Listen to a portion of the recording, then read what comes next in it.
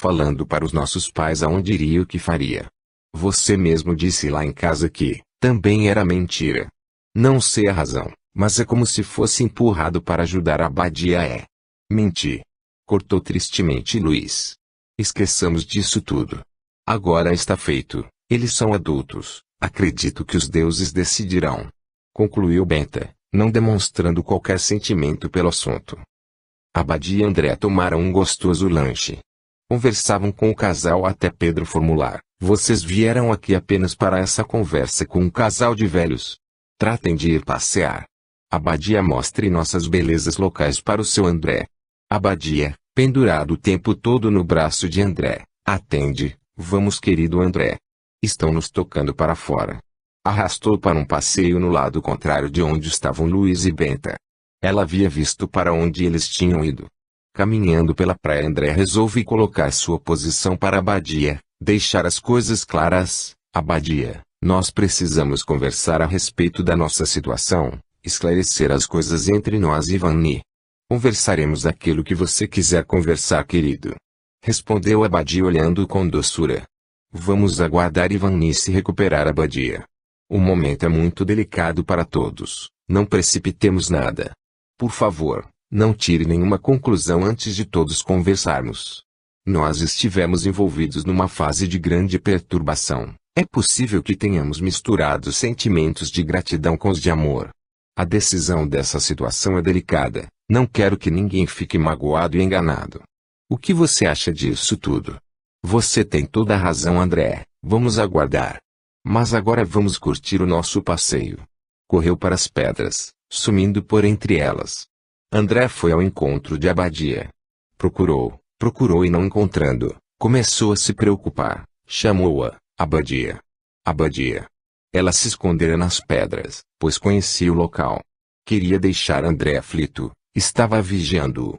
Ficava cada vez mais excitada com a aflição dele. Quando achou conveniente, pegou uma pedra pontiaguda e feriu as pernas, na altura da coxa. Forçou-se entre as pedras e gritou: André! André! André! Ouvindo os gritos, dirigiu-se para o local de onde provinham. Encontrou-a prostrada entre as pedras. Viu sua perna sangrando. Pegou-a suavemente, carregando para uma pedra lisa. Colocou-a na pedra e correu para a água, tirou a camisa, molhou e voltou, limpou os ferimentos. Abadia fingiu acordar. Ai! Que dor horrível, perdi o equilíbrio e caí. André, faça algo para aliviar a dor que estou sentindo na coxa. André passou a massagear suavemente a coxa ferida. Sentia a pele macia de Abadia, o calor de sua pele, o odor do suor dele já se misturava com o perfume do corpo dela. Como a sentiu melhor, seu corpo reagiu, passou a alisar com mais longos trajetos a coxa. Encostou-se aos desejos dela e foi tomado pelos ímpetos do sexo, apalpando, virou e beijou-a com sofreguidão e volúpia. Abadia sentia-se nas nuvens com a massagem. Seus desejos íntimos faziam-na transpirar sexo, seus hormônios estavam a mil. De olhos entreabertos acompanhava André, antegozando sua rendição e apulsamento do corpo dela.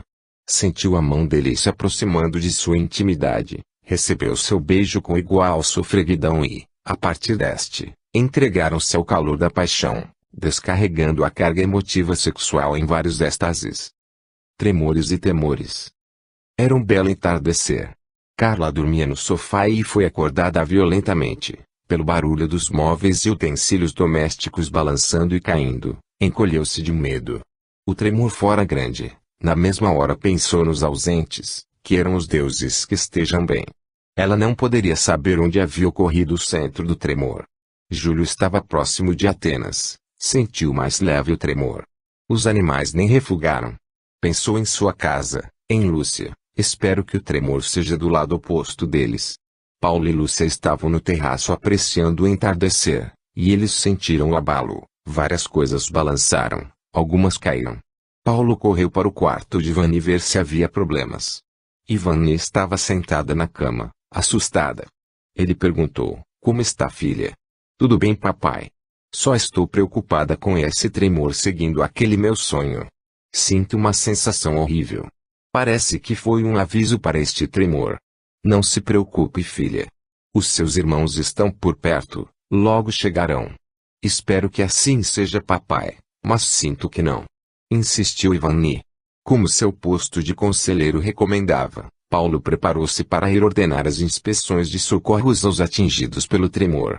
Estando tudo em ordem na casa, despede-se de Lúcia e Ivani. Vou à sede do conselho ordenar ajudas aos atingidos. Logo estarei de volta. Já distribuí as ordens aqui, tudo estará bem rapidamente. Chegando à sede, Paulo foi logo acertando os trabalhos de ajuda, expediu turmas para as várias regiões da cidade, criou um plantão para os pedidos de vilarejos mais distantes.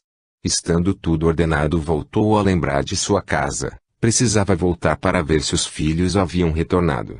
Lembrou-se de Carla. Vou dar uma passada na sua casa, talvez esteja precisando de ajuda.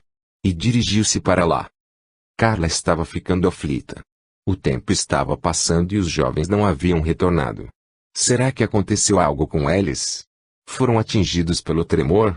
Escuta alguém batendo na porta e vai atender. É Paulo. Paulo, vendo a casa parcialmente bagunçada, indaga. Está tudo bem por aqui, Carla? Sim, como vê, ainda não terminei de colocar as coisas no lugar. Tem muitas coisas quebradas. Mas isso não é nada. Estou preocupada com nossos filhos. Eles ainda não voltaram e nem tive informes da ocorrência. Falou Carla demonstrando aflição. Os nossos filhos também não voltaram. Eles saíram para um passeio na fazenda. Paulo foi interrompido por Carla. Não, eles não estão na fazenda. Passaram por aqui e, conforme suas instruções, foram com André e Benta para Cornelius. Carla, percebendo na fisionomia de Paulo que expressava surpresa, pergunta: Você não sabia? Não. Não sabia. Acredito que Abadia e Luiz aprontaram alguma coisa e não creio que seja boa. Paulo estava de rosto fechado. Na preocupação que os envolvia naquele barulho de carroças, tropel de cavalos, não perceberam que Júlio chegara, junto com seus comandados. Júlio apeia, abre a porta, entra aí, Carla, minha querida. Que bagunça está aqui, você está bem? E virando-se para Paulo, como está Paulo? Tudo em ordem. Tudo calmo na fazenda. Tudo sob controle, Júlio. Eu estava na fazenda na hora do tremor, mas já ordenei a arrumação. Vim para a sede e expedi grupos. Passei aqui para ver se necessitavam de ajuda. Descobri por Carla que nossos filhos estão juntos em algum lugar. Eles foram para Cornelius e ainda não voltaram. Vou formar um grupo e enviar para lá. Júlio colocou categórico: Paulo, eu vou com minha tropa para Cornelius. Arrume para que levem Carla para a fazenda. Não quero que fique sozinha. Eu já estava para ir à fazenda. Levarei Carla para junto de Ivani e Lúcia. Pode ir tranquilo, Depressa, por favor. Implorou Paulo. Sim, irei já. Afinal são os nossos filhos. Na fazenda, Carla, Paulo e Lúcia estão na sala conversando. Carla conta a eles todo o ocorrido na passagem de Abadia e Luiz pela sua casa. Paulo fica transtornado pela desobediência dos filhos e, pela situação que estão passando, explode. Como podem os filhos fazer esse tipo de coisas com seus pais? Como podem irmãos praticar vilezas entre si? Que os deuses tenham piedade de suas almas. Sorte que Ivani não sabe destas tramas. O seu estado atual seria agravado. A juventude provoca tragédias que só mais tarde entenderemos. Porém, nessa altura, não há mais conserto. Os estragos são irreparáveis. Falou Lúcia num momento de reflexão tardia. Sempre existe conserto. Surpreendeu a todos Ivani, que a tudo ouvira por trás da porta entreaberta. O conserto existe e é feito por amor. Paulo, entendendo que Ivani vislumbrara toda a trama que seus irmãos fizeram, abraça e consola: minha pobre Ivani. Deve haver algum engano. Respondeu Ivani com determinação: não, papai, o senhor tinha razão. O sonho que tive se realiza. Os deuses pintaram as estradas da nossa vida e nós devemos caminhar nelas, procurando aceitá-las. Aceito o que determinaram, mesmo não entendendo, e com dor, caminharei e amarei até o fim da jornada. Não quero ódio no meu coração. Lúcia abraçou-a forte. A seguir Carla envolveu com carinho Ivani e sentiu um bálsamo aliviador pelo abraço desta. Paulo, sentindo que o ambiente amenizara, sugere: vamos todos descansar. O dia logo virá, com muito trabalho nos aguardando. Oremos aos deuses para que todos possam estar logo em suas casas. Todos se recolheram. Ninguém dormiu. Apesar do sol já ter se escondido e a tropa adentrado na escura mata da serrania, Júlio chicoteava seu animal, animando a todos. Queria rápido chegar a Cornelius. Sua ordenança fala: comandante, a escuridão da noite e este precário caminho pela mata é muito perigoso. Seria prudente diminuirmos o galope e marcharmos com um luzeiro à frente. Podemos nos atirar num precipício se continuarmos a galopar forte e sem luz. Júlio soltou um palavrão, mas, de imediato, seu instinto militar valeu. Sim, paremos. Acendam tochas e marchemos com atenção. Temos que chegar vivos para sermos úteis. Olhou para a ordenança e fez um meneio afirmativo com a cabeça. A seguir marcharam sob o clarão de achotes. Começaram a encontrar pequenas falhas no terreno, mais uns 100 metros e foram detidos pelos gritos dos tocheiros. Parem! Houve um desbarrancamento aqui. Levou todo o caminho. Não dá para ver até onde atingiu. Júlio foi ao local e verificou a correta informação. Sentiu-se aliviado e imaginou: os jovens não voltaram em razão de o caminho estar interrompido. Ainda bem.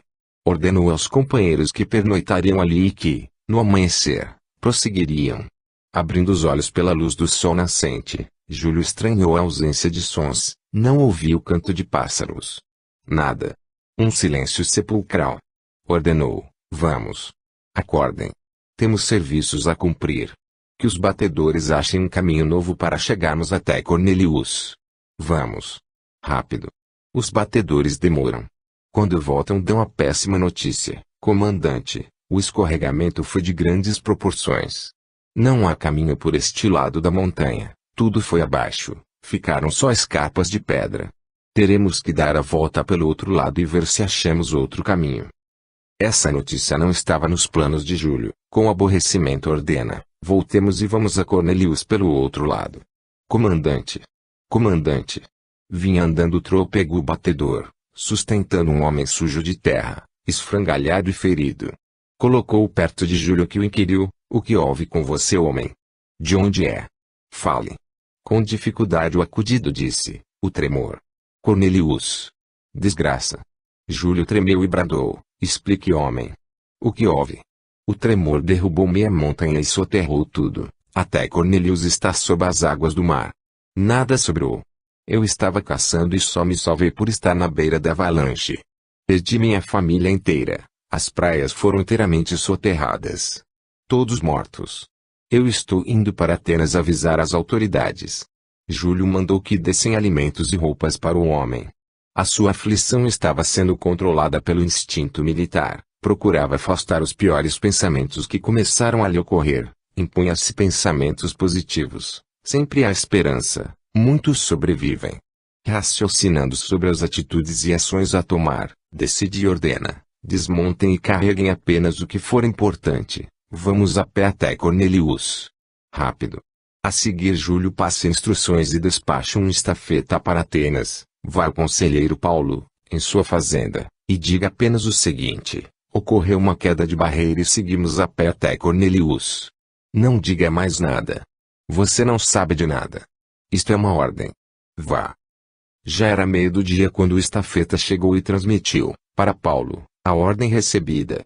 As mulheres queriam mais informações, mas, seguindo a ordem dada, o estafeta disse que mais não sabia. Paulo as acalmou: se Júlio mandou apenas essa informação, é por achá-la suficiente. Não fiquemos inventando coisas que ainda não sabemos se existem. Vou para a sede do conselho na cidade, tenho que verificar se está tudo em ordem e tomar ciência de atitudes administrativas a favor dos atingidos pelo tremor. Avisem-me de qualquer notícia aí, tendo qualquer informe também avisarei.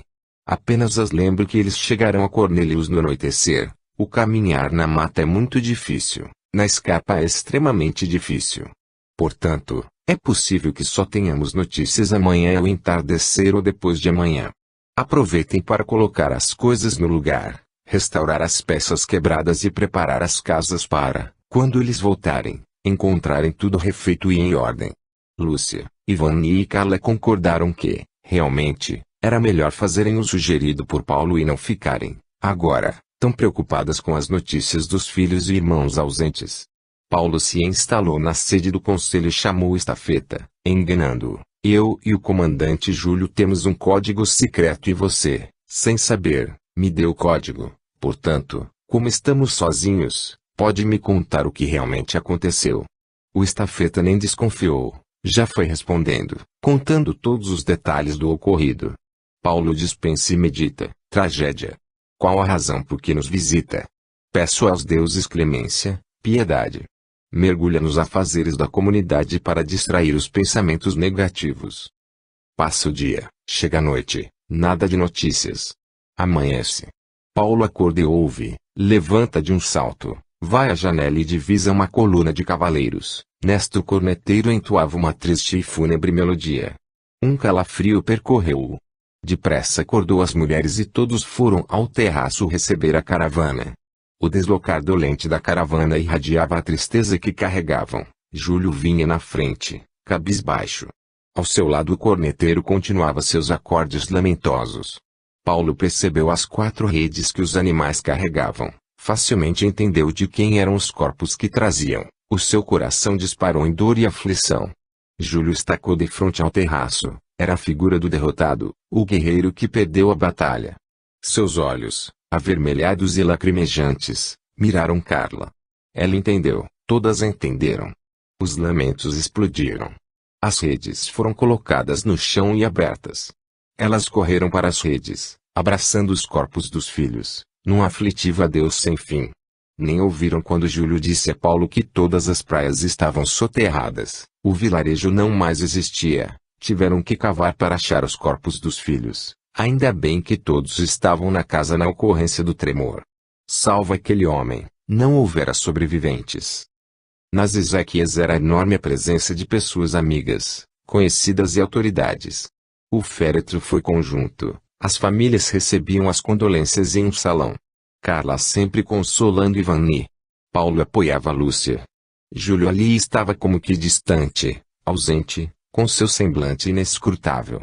Seus pensamentos é que estavam agitados, não largava de Carla, mas com o pensamento em Lúcia, pois via que Paulo não era carinhoso com ela. O ambiente era consternador, em razão das pessoas falecidas e, principalmente, da amplitude da tragédia provocada pelo terremoto. Por maior que seja a dor, a máquina do tempo não para. As aflições vão sendo substituídas pela saudade. O luto acaba. A vida retoma a sua rotina. Lúcia retorna para a realidade com Paulo. Sonha febrilmente com Júlio, encontros, amores, alegria. Com Paulo só tristeza, abandono. Ela toma uma resolução, irá ao encontro de Júlio na cidade, no quartel ou na sua casa. Paulo, sentindo muito ocorrido, procurava se isolar de Lúcia, estando na fazenda ou na sede do conselho. Júlio retoma suas atividades no comando militar, sua rotina, agora, é de casa para o quartel e deste para casa. Não mais se falou em caçada, depois do enterro não se encontrou com Lúcia ou Paulo, só via Ivani quando Carla trazia para ficar uns dias na cidade. Com uma carroça Carla levava Ivani de volta para a casa de Paulo, no meio do caminho, montada em seu cavalo predileto, encontram Lúcia. Salve mamãe, onde a senhora está indo? Cumprimentou e perguntou Ivani com alegria. Olá. Respondeu Lúcia de um modo seco. Para onde está indo mamãe? Repetiu Ivani. Ir até a cidade visitá-las e fazer compras, mas já que as encontrei vou só fazer compras e voltarei de imediato. Respondeu Lúcia amada. Carla convida. Olá Lúcia, se você ficar até a noite vá até em casa, jantar e pernoitar, até lá já estarei de volta. Poderemos conversar bastante. Lúcia mente, já estava pensando nos seus outros planos. Acredito que serei rápida nas compras. Não gosto de ficar longe de Ivani. Então. Até outro dia Lúcia. Despediu-se Carla. Até outro. Foi o pequeno eco de Lúcia. Volte o mais rápido possível mamãe, estarei esperando. Assim Ivani tentou animar a mãe. Ivani distraída comentou para uma atenta Carla. Mamãe e papai estão distantes um do outro. Depois da tragédia são constantes os atritos entre eles. Eu sofro por isso e não consigo ajudá-los. Carla, tendo observado o comportamento diferente de Lúcia, olhou para trás e a viu já distante. Virou-se para Ivani e, tentando acalmá-la, comentou, sua mãe ainda está muito sentida com os acontecimentos. Espero que ela se recupere logo. Vocês precisam consolá-la muito. Ela sente falta de carinho da família. Instintivamente Carla pensou em Júlio, sozinho na cidade. Era bom que voltasse logo. Mais um pouco e chegaram à fazenda onde foram recebidos com alegria por Paulo. Que felicidade essa visita e volta. Faz séculos que não vejo minha querida filha. Venha cá para um abraço ao seu sofrido pai. Ivani alegremente se atirou nos braços do pai e disse: mas que grande mentiroso é esse meu pai. Só faz 3 dias que saí para a casa de mãezinha Carla. Mas que se morre de saudade. Isso é verdade, papai. Como vai, Carla? E convidando, entre e fique um pouco, venha descansar o corpo e os pés. Carla estava mais preocupada era com a ida de Lúcia à cidade. Como já desconfiava dela e Júlio, resolveu não perder tempo e inventou: obrigada, Paulo, realmente estou cansada, mas preciso voltar, pois tratei com Júlio uma visita a amigos e não quero me atrasar. Em outra oportunidade ficarei para conversarmos. Até mais. Um beijo, Ivani. Tocou os animais e rapidamente se dirigiu para a cidade. Como Carla saíra ao raiar para levar Ivani de volta à fazenda, Júlio aproveita e chega mais cedo ao quartel, vai colocando em ordem os papéis.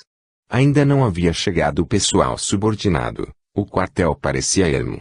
A porta abre e Júlio vê Lúcia parada na soleira. Ela estava exuberante. Alegre, levantou de sua cadeira e se dirigiu a ela, oferecendo assento. Lúcia. Que alegria revê-la. Sente-se. Como está Paulo? Faz um tempão que não os vejo. Lúcia adiantou e sentou-se, fez uma careta, indicando estar indisposta, e respondeu: alegria. Como está Paulo? Que comportamento mais estranho para alguém que diz me admirar e amar. Você me abandonou sozinha, sabendo de todo o desprezo de Paulo por mim. Nem ligou para o horrível sofrimento que estou passando. Eu ali naquela casa de ódio, sendo oprimida, e você me abandonou totalmente. Deixou-me sozinha e atormentada. Júlio não esperava por declarações de tamanha insensatez. Sente vontade de se levantar e colocar Lúcia para fora da sala e do quartel. Acalma-se, ponderando, retruca: como poderia ir a você com todos nos olhando? Como visitá-la se Paulo está sempre ao seu lado? Como nos encontrarmos se nem caçada mais temos? Você deve ter cuidado, Lúcia. Somos pessoas públicas, estamos o tempo todo sob os olhos alheios. Pense num escândalo, seria terrível para todos nós, para as nossas famílias. Eu não estou me importando com nada. Não me interessa a opinião dos outros. Eu quero você. Só você. Respondeu irada a Lúcia. Júlio sentiu que Lúcia estava desequilibrada e pensou numa maneira de acalmá-la. Era necessário que ela fosse embora. Já estava na hora dos funcionários chegarem e, sem muito pensar, precipitou-se na decisão: está bem. Eu a encontrarei amanhã à tarde perto do lago. Agora, por favor, vá para sua casa. Lúcia se levanta e, o envolvendo com um forte abraço, beija-o com violência sexual. Júlio não consegue se livrar do beijo, porém afastou-a dizendo: vá. Vá logo. Lúcia, debochando da aflição dele, saiu cantarolando, não percebendo a sombra furtiva por trás da porta. Carla não via a hora de Júlio chegar. Afinal, um pouquinho de ciúme não faz mal. Pensar até em passar no quartel ao voltar da casa de Paulo, mas isso não ficaria bem, seria uma atitude estranha. Pouco demorou e Júlio chega. Dirige-se a ela e, como de costume, beija-a na testa. Ela tenta se informar: como foi seu dia de trabalho, querido? Como se nada houvesse ocorrido, ele responde: tudo normal. Carla aperta: ninguém em visita especial? Júlio estranhou a pergunta, manteve-se calmo para responder perguntando: especial nenhuma. Deveria ter tido? É que Lúcia veio à cidade, nós cruzamos com ela na estrada, pensei que iria visitá-lo. Jogou a isca Carla. Júlio percebeu que Carla desconfiou de algo. Foi rápido na resposta: ela passou lá para cumprimentar, nada especial. Estava atarefado com serviços que nem lhe pude dar mais atenção. Carla não desistiu, a coitadinha está muito abalada.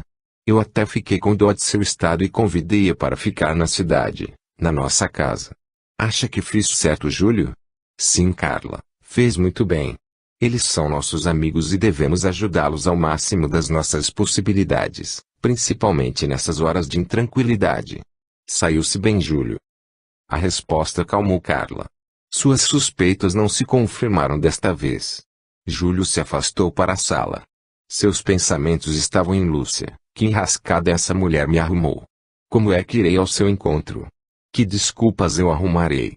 Como se sentia opresso e perturbado decidiu. Pensarei numa solução amanhã cedo. Ouviu Carla chamá-lo. Levantou-se do sofá e foi jantar. Carla ficou notando o comportamento de Júlio. Ele estava taciturno, devia ter algum problema. Para iniciar uma conversa disse, hoje foi um ótimo dia. Não foi Júlio? Não. Não foi. Tive vários aborrecimentos no serviço, até estou com indisposição física. Se você não se importar vou dormir no terraço, ao ar livre creio que conseguirei dormir e me recuperar. Foi seco Júlio. Carla acertara, ele estava com sérios problemas. Ela nada mais falou, levantou e foi arrumar a rede no terraço, era como ele gostava de dormir lá.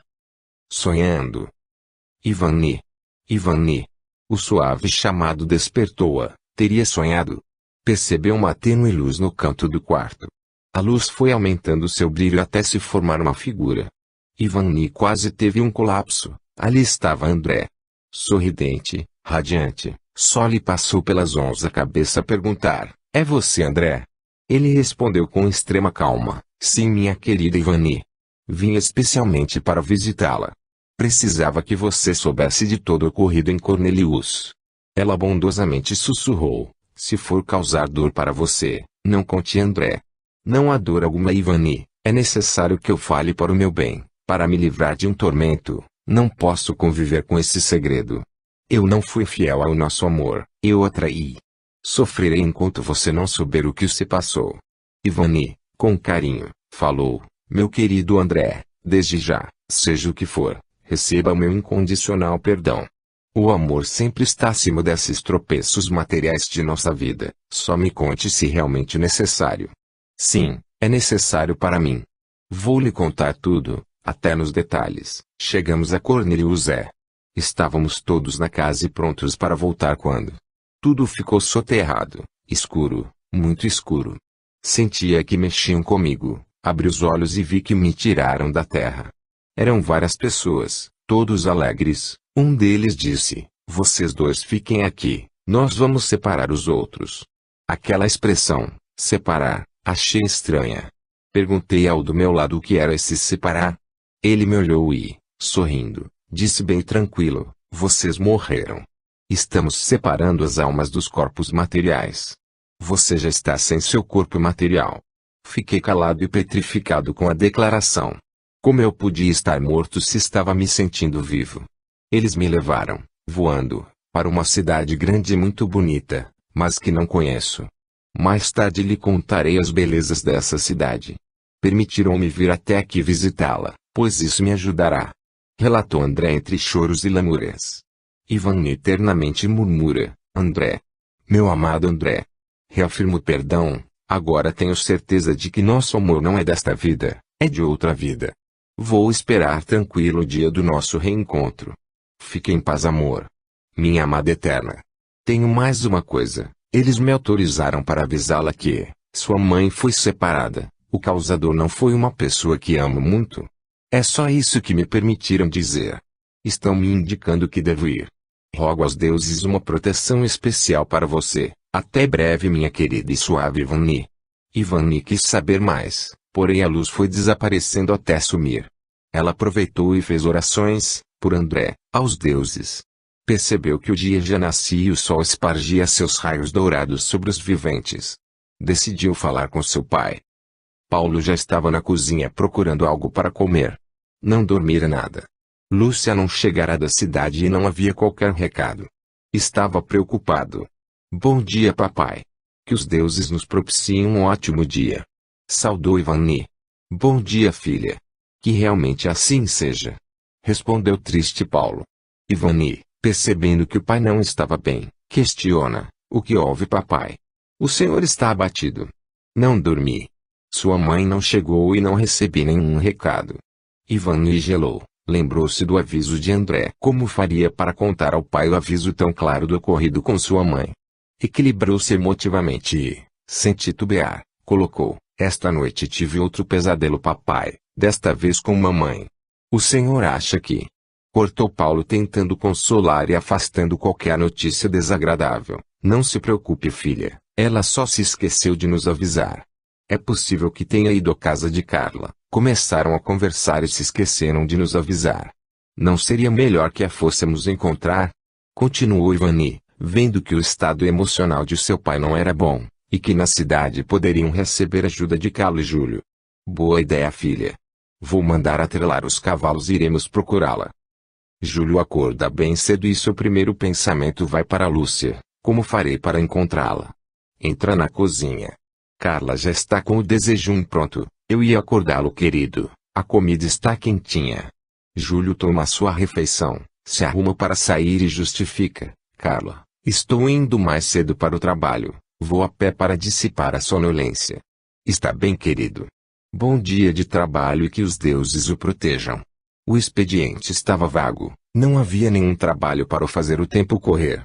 Era o meio do dia, Júlio já se desesperava com a solução para o encontro com Lúcia. A ordenança o chama: comandante, as tropas de Loninas chegaram, seu general está na antessala. Mande-o entrar. Salve, comandante Júlio. A tropa chegou bem e já está alojada. Salve, general Rufulus, fez uma boa jornada?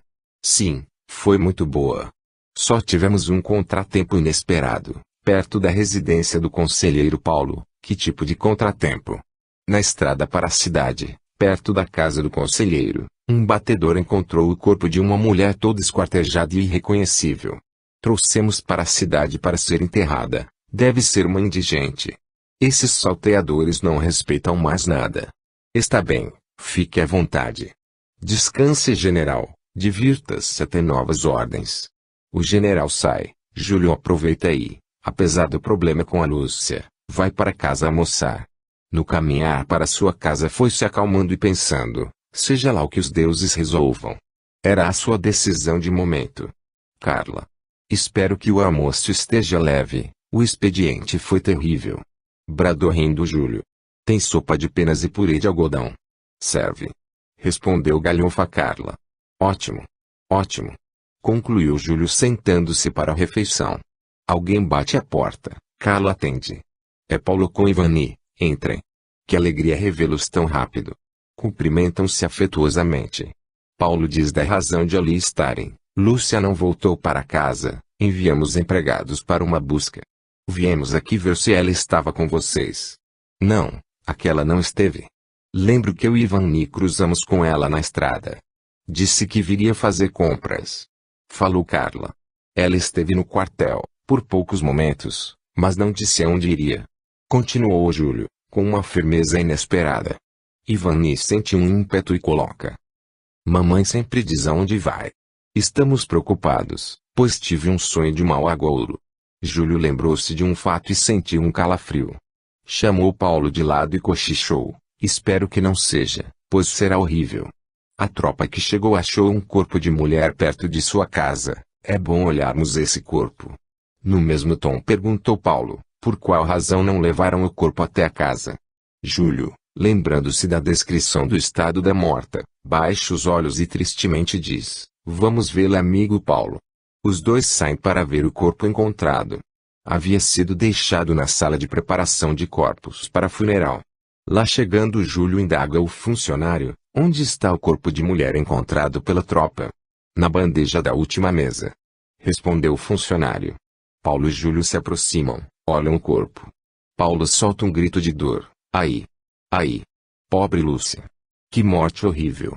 Júlio pergunta, aflito: Paulo, tem certeza que esse corpo é de Lúcia? Sim, é de Lúcia. Veja esse sinal de nascença, eu reconheceria em qualquer lugar. Infelizmente é ela. E irrompeu no largo pranto. Mas uma vez o tempo se encarrega de dissipar as perturbações. Sobram sempre apenas as lembranças, isto para os fortes, ou seja, os que acreditam nas leis da vida ou de Deus. Para os outros, só um desespero, que muitas vezes culmina no quase imperdoável suicídio. Carla está jantando com Júlio e aproveita a situação para tirar uma cruel dúvida. Para de comer, olha firme para Júlio. Ele fica olhando para ela. Aproveitando este momento, sem rispidez, Carla coloca: Júlio, existe algo que está me perturbando muito. Quero apenas que você entenda o seguinte: em nenhum momento estive, portanto não estou e nem estarei julgando qualquer ato seu. Acredito na justiça dos deuses. Apenas quero saber o que você fez naquela noite em que dormiu fora, no terraço. Lembre-se que possivelmente naquela noite Lúcia foi morta. Conte-me, por favor. Júlio olhou, a princípio irado, depois sorriu, como uma criança de quem descobriram a traquinagem, e perguntou: Você sabia? Carla o observou sorrindo, lembrou-se do jovem e jovial Júlio. Sorriu também e respondeu: Sim, querido Júlio, eu sabia que alguma coisa muito forte havia entre vocês, mas não quero crer que você tenha feito algo tão terrível. Antes de falar daquela noite, vou falar daquele dia. Recebi a visita de Lúcia e finalmente me ameaçou. Fiquei perturbado, como você viu. Queria resolver aquela situação, por essa razão é que fui dormir no terraço. Minha cabeça girava tentando uma solução, mas, por incrível que pareça, eu juro doce Carla, dormi como uma pedra e rapidamente. Carla fala tranquila: Acredito em você, amado Júlio. Errou ao aceitar a provocação da atração sexual. Os deuses que sabem a verdade o julgarão. Nada do que fez me afetará, pois creio, repito, creio no que você me contou. Vou lhe pedir um favor, pela amizade que temos com Paulo, ache quem a matou. Amanhã mesmo vou falar com Paulo e organizar uma grande busca. Reviraremos toda a cidade e arredores. Vamos achar quem a matou. A que horas pretende falar com Paulo? Como ele está na fazenda, irei à tarde. Você queria alguma coisa, Carla? Sim, gostaria de ir junto. Assim poderei rever Ivani. Tudo bem. Acertarei os detalhes no quartel logo cedo e avisarei quando iremos. Está bem assim? Sim. Está ótimo, querido. Júlio acordou bem mais animado, a conversa com Carla o deixara aliviado. Arrumou-se e foi tomar sua refeição matinal. Carla já o aguardava com o desejo pronto. Ela estava radiante. Júlio notou e cumprimentou: Que os deuses nos deem um bom dia e, pela sua alegria, certamente será. Responde Carla, com um leve sorriso de modo faceiro: Estou alegre sim. Recebi uma visita noturna, veio me trazer um recado. Júlio pergunta curioso e olhando de lado: Como alguém pode ter entrado na nossa casa sem eu saber? Carla responde com ternura: Foi em sonho, querido. André aqui esteve. Estava lindo, brilhante. Disse-me que o culpado é um amigo confuso de sua proximidade. Estou falando do modo que ele me pediu para lhe dizer. Um amigo confuso de minha proximidade. Repetiu Júlio. Sim, querido. É exatamente assim. Quer lhe dizer alguma coisa? De momento não me ocorre nenhuma ligação entre a mensagem e o culpado. Pensarei mais nessa mensagem. Você acredita nela? Sim, amado. Tenho toda a confiança nessa mensagem. Júlio sai, chegando ao quartel, chama a ordenança e diz: Quero toda a tropa no pátio em meia hora. Não é revista. Vá. Júlio olha para a tropa alinhada. Queria ver se descobria algo no olhar deles, um indício qualquer, mas todos estavam de olhos quase estatelados, esperavam alguma notícia desagradável, apenas o seguiam com os olhos, nem piscavam. Desistiu da ideia do olhar e falou para a tropa, bem alto: Como vocês sabem, a esposa do conselheiro Paulo foi brutalmente morta. Eu estou convocando todos aqui presentes para descobrirmos quem a matou. Aquele que achar o culpado receberá 5 sacas de dracmas. Essa fortuna será repartida se mais de um achar o culpado. Agora vão à busca desse matador e não voltem sem ele. Dispensou-os e foi para sua sala. Tristes verdades. Júlio estava verificando os documentos quando bateram. Entre. Era sua ordenança que, tremendo, disse: Comandante. Eu preciso narrar um fato muito grave ligado à morte da esposa do conselheiro Paulo. Júlio ficou curioso. O que ele teria para dizer? Ordenou: Fale, homem. Mas fale logo. A pessoa de quem vou falar tem muito respeito e admiração pelo senhor, comandante. Ela viu quando a esposa do conselheiro visitou, escutou as palavras ameaçadoras dela. Ele acreditou que ninguém podia ofender daquela maneira o comandante, não podia intimar e nem ameaçar. Resolveu que seria melhor ajudar sem o senhor saber. Seguiu-a, na estrada interceptou sua montaria, levou-a para o matagal e pediu para que abandonasse a ideia de prejudicá-lo. Ela não ligou, ao contrário, riu na cara dele. Disse que um indivíduo qualquer não poderia intervir na vida dele e do Senhor. Ele ameaçou-a, ela riu outra vez. Ele viu que nunca conseguiria convencê-la. Segurou-a e ameaçou matá-la. Eles estavam frente a frente, com a faca dele apontada para o coração dela. Ela tentou escapar puxando-o, ele desequilibrou e caiu sobre ela. A faca enterrou direta no coração. Desesperado e deslocado passou a golpeá-la até cansar. Levou o cavalo dela para a corredeira do rio, matou e jogou na água para sumir. A ordenança parou de falar. Olhou para Júlio, com um olhar de supliquejo avermelhado pelas lágrimas que corriam. Nunca pedi para alguém fazer algo louco por mim. Não pediria algo monstruoso, nem que fosse contra o meu pior inimigo. Ordeno que me diga o nome desse vil assassino. Insistiu feroz Júlio. A ordenança agora tremia como uma geleia. Como implorando fala, comandante. Amigos realizam atos por nós, nem sempre aquele que gostaríamos, mas são atos de amigos. Júlio, interrompendo, brada, não me venha com discursos. Meus amigos não fazem crimes. Diga logo e sem rodeios, quem é essa besta humana? Essa besta humana. Esse vil assassino. Esse criminoso sem piedade, para o qual não deve ter compaixão é este seu amigo. E um pranto sentido desabrochou no peito da ordenança. Júlio perdeu sua ira. Olhou para o pobre homem, neste momento lembrou-se do aviso de André por Carla. Como poderia condená-lo? É possível que ele fizesse o mesmo por um amigo aflito. Raciocinou e disse calmo, recolha-se ao cárcere. Vou ao conselheiro Paulo, ele decidirá o que será feito com você. Eu o ajudarei, pois fui eu que o levei ao assassinato. Júlio conclui, inesperado e maquinalmente, me perdoe amigo. Paulo e Vani estavam descansando e tomando sol no terraço. Foi Vani que chamou sua atenção, veja papai, temos visitas. Paulo olhou e afirmou, são Júlio e Carla nos visitar. Conheço o trotar do cavalo dele.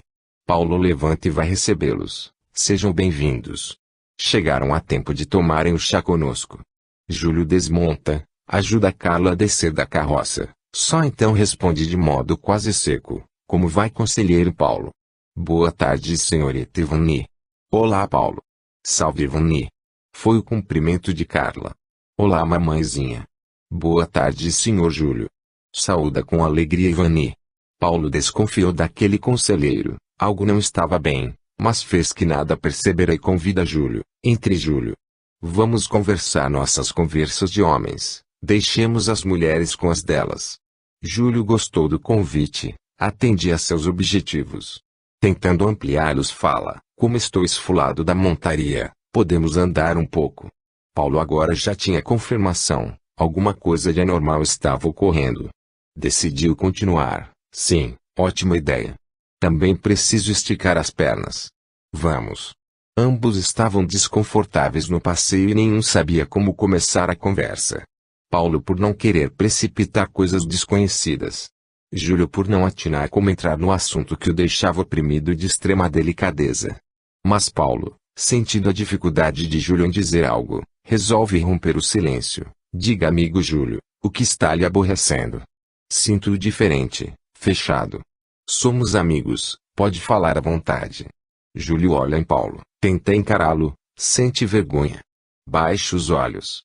Paulo percebe a grande dificuldade do amigo e, numa intuição, arrisca. Se o amigo quer falar de Lúcia, fique à vontade. Tudo o que precisava saber já sei. Só me falta saber do culpado pela sua morte. Júlio ficou desarmado, alarmado e confuso. Então Paulo já sabia do caso dele com Lúcia. Será que sabia do último encontro? Buscando controle e forças lá no fundo de sua consciência, criou coragem e começou. Eu gostaria de contar tudo o que ocorreu, antes que lhe conte do assassinato e do assassino. Peço sua paciente clemência, pois é uma longa e vil história. Paulo ficou surpreso, embora desconfiasse de Lúcia, não atinava o que poderia ser o terrível relato que Júlio estava para lhe fazer, mas como precisava colocar as coisas nos devidos lugares, se recompôs e disse, eu só não estou gostando de você mudar o tratamento, me chamou de conselheiro, Está fugindo de citar simplesmente meu nome. Eu ouvirei nas seguintes condições: chame-me de Paulo e não decida nada antes de eu me decidir. Não julgue nada antes de eu julgar. Está bem assim, amigo Júlio?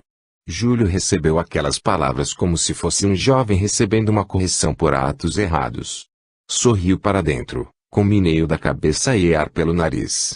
A seguir coloca: eu não sei se posso usar o termo amigo Paulo. Eu vou contar toda a minha traição à sua amizade.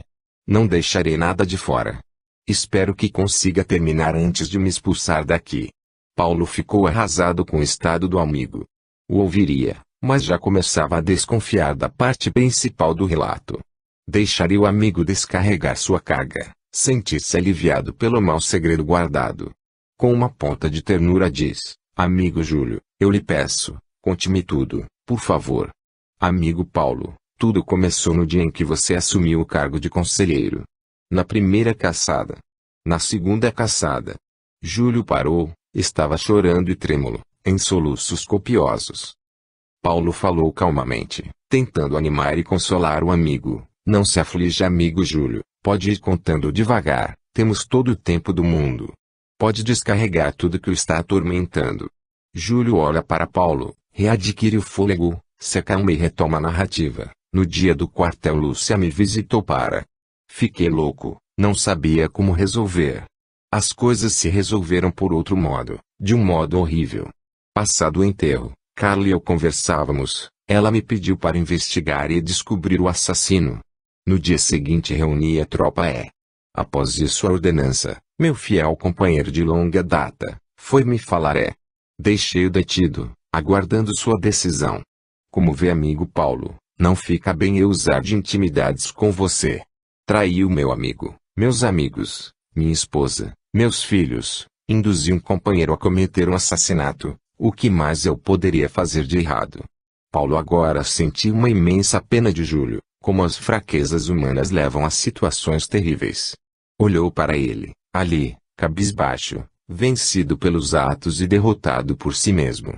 Por mais que pensasse, não achava um modo, nem um pequeno modo, de julgar Júlio culpado.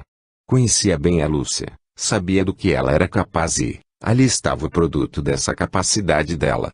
Mediu bem as palavras e disse: meu pobre amigo Júlio, estou triste por você ter se deixado envolver por Lúcia. Eu também colaborei com o lamentável ocorrido. Estávamos, desde o nascimento de Abadia, separados de corpos. Eu sabia que ela tinha os desejos da carne e não os atendi. Devo pedir ao amigo que me perdoe por ter criado essa situação que nos levou a uma tragédia. Deixemos aos deuses o julgamento. Quero o meu amigo de volta, como sempre foi, e peço ao amigo que esqueça a culpa de seu fiel companheiro. Transfiro para outro quartel, dê as recomendações que achar melhor, mas, por favor, enterre todas as lembranças dessa horrível tragédia.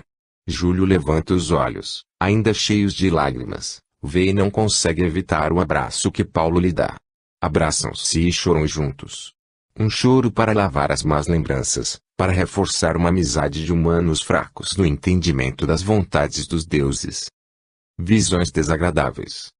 Carla estava preocupada, Júlio tardava a chegar de seu trabalho.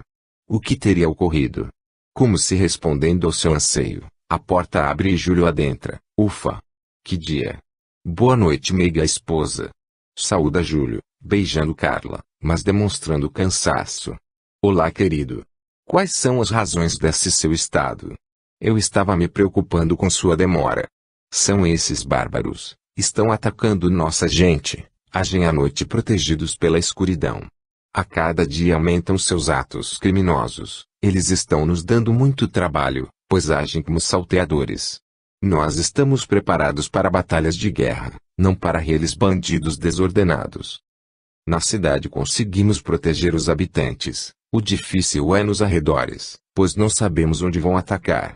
Carla, tentando ajudar, propõe, e se recolhessem os habitantes dos arredores à cidade em todas as noites. Júlio sorriu, a sugestão de Carla era lógica, porém impraticável. Minha querida, que péssima generala você é. Para essa tarefa teríamos que os escoltar e usar mais soldados do que temos em todas as tropas e, fazendo isso, a cidade ficaria desprotegida. E os bandidos atacariam na cidade pela ausência das tropas. Carla responde com um amplo sorriso: perdão, meu comandante. Percebo que quis cozinhar, de uma só vez, uma porção de arroz numa pequena caneca. Júlio admirou, como era fácil fazer Carla feliz. Se não fossem os erros dele, a felicidade seria total em seu lar. Também sorriu e continuou: senhora generala da casa, como bem vês, cada comandante no seu lugar. Portanto, aqui, sou seu comandado. Estou aguardando suas ordens. Júlio fez uma continência típica militar. Carla se derramou num riso aliviador, daqueles que levam todos os aborrecimentos embora. Aproveitou a alegria e pediu: Júlio, meu amado, podemos ir amanhã visitar Ivani e Paulo? Sim, vamos logo cedo, pois à tarde estarei muito atarefado com a tropa pelos problemas dos bandidos. Você está pensando em convidá-los para vir passar um tempo em nossa casa? Não havia pensado nisso. Mas se você acha bom, podemos convidá-los. Iremos o mais cedo possível, para não atrapalhar seu trabalho no quartel. Carla falou com alegria, enlaçou o pescoço de Júlio e o beijou, com aquele beijo que só as amorosas esposas sabem dar. No céu alvas nuvens indicavam que logo mais o astro-rei despontaria. Júlio e Carla se dirigiram ao quartel. Carla estranhou a companhia dos soldados. Sempre iam os familiares, desta vez era uma escolta armada, mas ela, lembrando-se da conversa sobre os bárbaros, entendeu a razão. O deslocamento até a casa de Paulo se fez cercado de muitos cuidados. Ao se aproximarem da casa, Júlio manda todos pararem. Fica olhando os detalhes. Ordena: quero dupla de soldados à frente.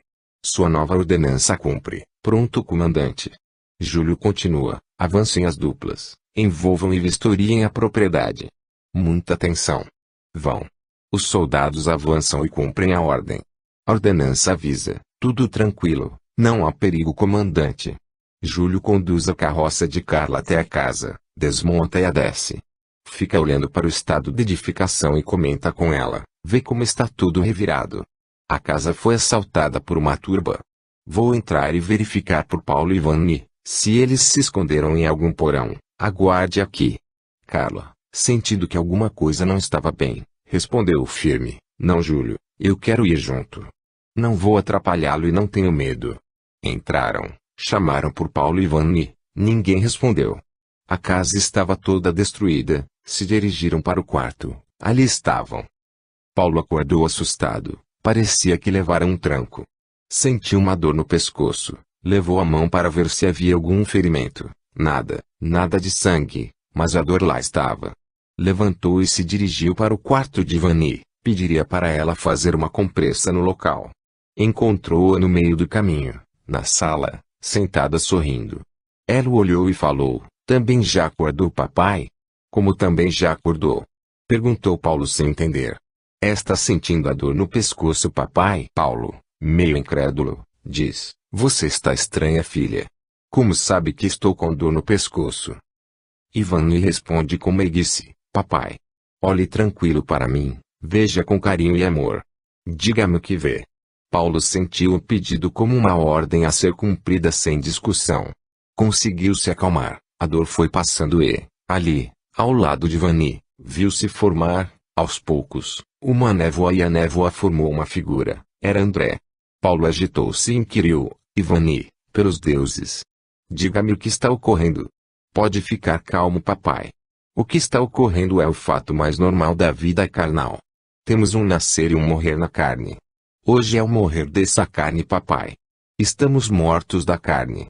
Os deuses aliviaram nossa morte carnal. A dor que sentimos foi da decapitação. Os nossos visitantes cortaram nossos pescoços enquanto dormimos. Descreveu Ivani calmamente. Ainda não creio. Vê, posso tocar o meu corpo. Como posso estar morto e tocar o meu corpo? Duvidou Paulo. O que estamos tocando não é o corpo de carne, papai. Este corpo eu não sei descrevê-lo, mas é fácil ver que não é de carne. A dor que sentíamos no pescoço era um reflexo da dor da carne, mas como não mais temos a carne, a dor era eco neste corpo da alma, foi só ficarmos calmos para ela passar. Você tem outra forma de explicar isso, papai? Respondeu e perguntou Ivani. Depois pensarei nisso. O que faz aqui André? Veio nos visitar. Pergunta Paulo já desconfiado. André responde com suavidade: meu caro irmão Paulo. Chamo o irmão, pois somos criação dos deuses. Eu aqui vim por autorização deles, vim separar e conduzi-los ao mundo dos deuses. Irmão Paulo, muitas coisas não são lembradas agora, deixe passar o tempo e elas serão totalmente recordadas. No mundo dos deuses você receberá os tratamentos necessários e se relembrará de tudo. Creia que é verdade o que estou dizendo. Por enquanto é só isso, deixe o resto para mais tarde, está bem? Paulo se acalmou mais, confiou no que André disse. Sentiu que estava sendo conduzido por ele, junto com Ivani, para o alto, para longe da casa, do solo e da terra. Júlio e Carla fitavam os corpos de Paulo e Ivani estendidos na cama. Seus pescoços haviam sido cortados, as cabeças estavam sobre a cômoda, era uma cena trágica, horrível. Júlio retira Carla para fora da casa. Chama sua ordenança e fala: peguem os corpos, vamos levá-los para a cidade. E num ato de intuição ordena: queimem a casa. O final de Júlio. Ela estava acostumada com a visão que se vislumbrava da sacada de sua casa na encosta, mas naquele dia parece que havia mudanças. O céu estava mais azulado e o sol muito brilhante, o mar mais verde e as aves cantavam de modo diferente. O mundo parece que havia mudado. O tépido calor da tarde, banhado e suavizado pela brisa marinha, era muito agradável. Sentiu um leve tremor de frio, seguido por aquela pontada na parte baixa do ventre. Encolheu-se, o seu coração bateu mais forte, arritmado. Desta vez foi mais forte, pensou, e demorou mais tempo. Não continuou, pois ouviu a sineta tocando, era no quarto de Júlio, correu e entrou. Carla. Eu acho que estou morrendo, não aguento mais. Baixinho e sorrindo com graça Carla diz: meu querido Júlio. Onde está o meu grande e indestrutível guerreiro?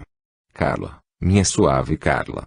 Esse guerreiro que você conheceu ficou pelo caminho da vida e, graças a você, hoje é um covarde com enorme medo da sua última batalha.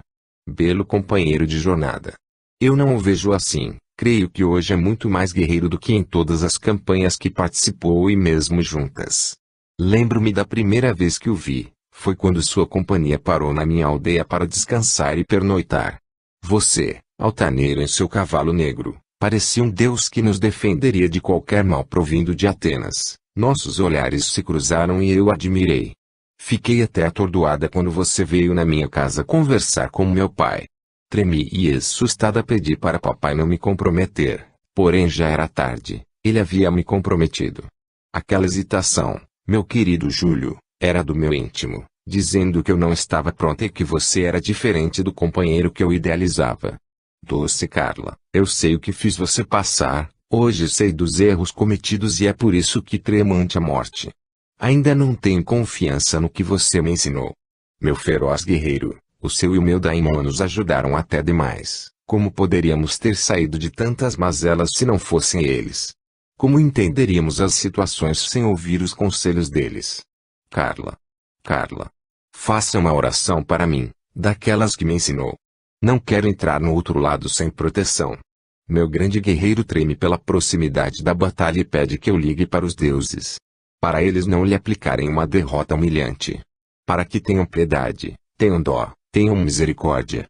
Já te disse, meu amado guerreiro, o que lhe espera é a justiça dos deuses. Será julgado pelos seus próprios atos. Nada poderá ser acrescido e nem diminuído. Os deuses reconhecem aqueles que os honram, portanto, a justiça dos deuses é plena e não parcial como a dos humanos, onde só vemos o exterior. Não sabemos os contornos reais desta nossa vida, nem para nós mesmos, apenas intuímos movidos pela nossa bagagem de experiências vividas. Somos náufragos nadando desesperadamente para uma praia que não vemos e nem sabemos onde está. A filosofia nos indica que há uma praia, seja qual for a direção em que nademos e que, o principal é que, sempre, nademos. O seu temor guerreiro querido, portanto, vem de você mesmo.